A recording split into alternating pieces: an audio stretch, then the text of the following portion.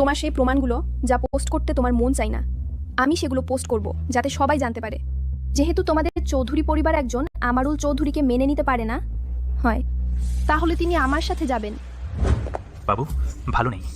আমারুল চৌধুরীর সাথে যে মেয়েটি আছে চুপি চুপি হাসপাতালের রুমে ঢুকেছে। কি করছে জানি না।